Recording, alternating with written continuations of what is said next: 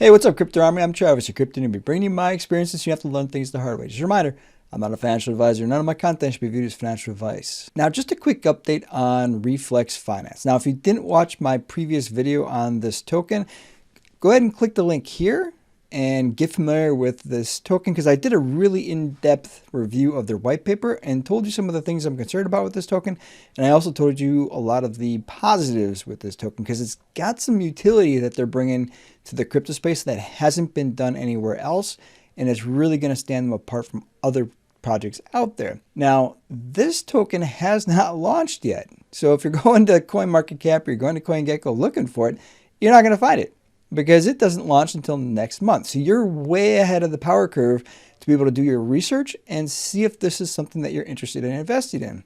And if it is, they've got a whitelist opportunity right now as well. So you could potentially get a lot more tokens than you can after launch day.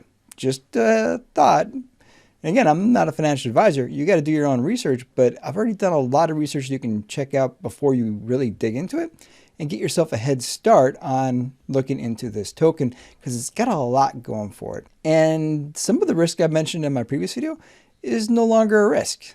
So this is going to be a very short update on this project, because not a lot has changed, but something pretty significant has. So this is their Twitter space. Now you'll notice they have a website, but right now the website's under development. It hasn't actually launched a website. This is how early you are to this project. They don't have the website yet. They do have a Telegram, so if you want to jump on Telegram to ask the team some questions, you can get in Telegram and do that.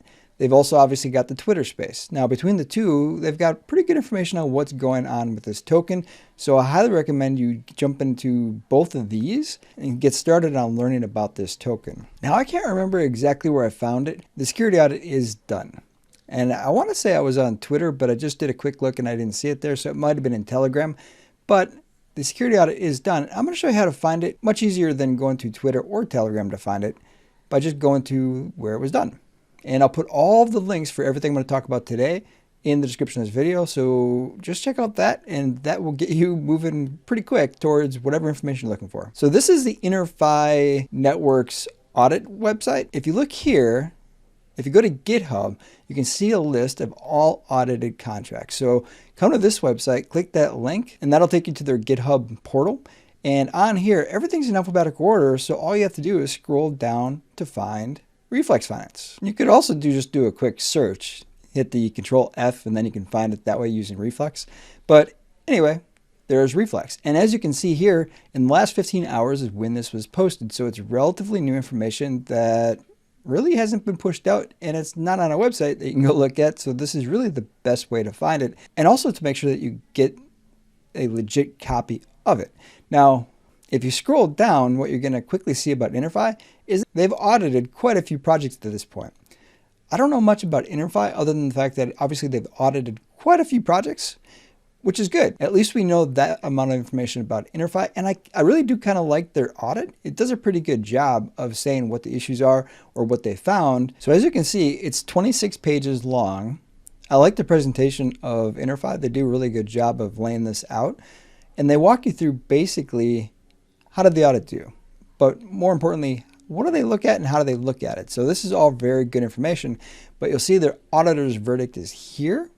So we'll skip down to page 23 to get the summary. So you can see their outcome was a low risk severity for their contract audit, which is always good to see. They didn't identify major risks or any severe issues.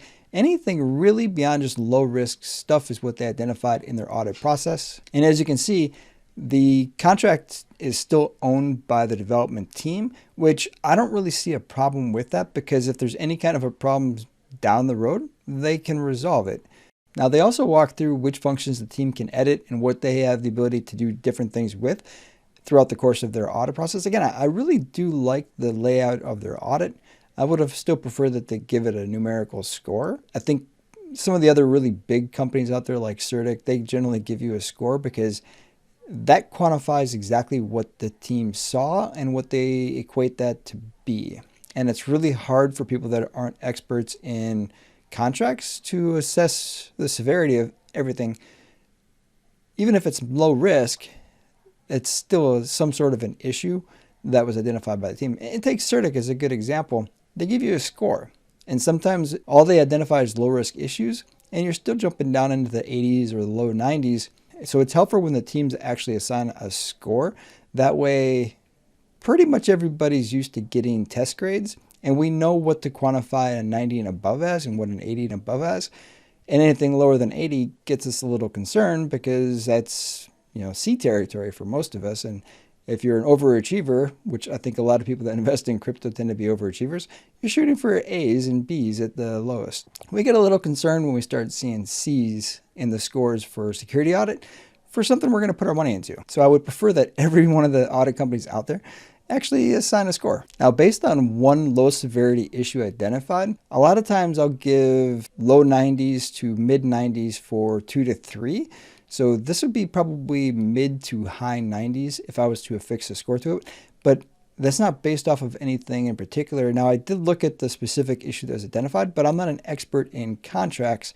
What I did gather was it didn't seem like it was a very big issue. Again, go check out the audit for yourself.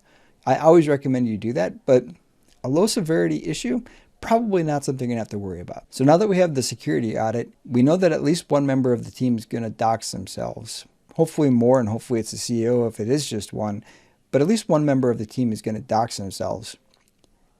We know that they've got utility planned. We know that they've got a unique utility planned. This project is looking pretty good based on my assessment. Now remember, new projects are really hard to assess as far as what the risk is. You have to do your own research and understand that a lot of projects don't do well after launch.